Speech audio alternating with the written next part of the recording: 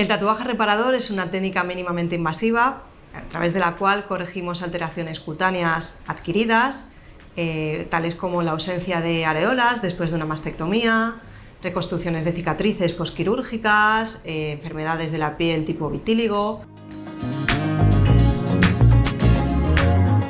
Las pacientes llegan a nuestra consulta derivadas desde oncología, desde radioterapia, desde cirugía plástica, cirugía de mama, maxilofacial, dermatología.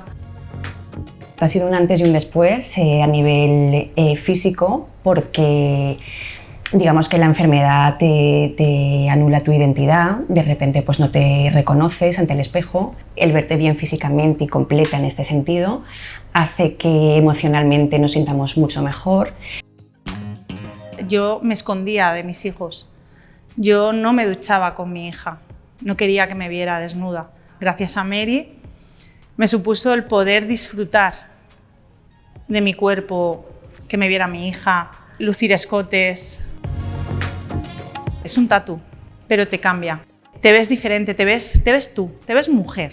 No es solo una forma de arte, sino una herramienta terapéutica muy fuerte que ayuda a estas pacientes a superar y a cerrar este capítulo doloroso en su vida.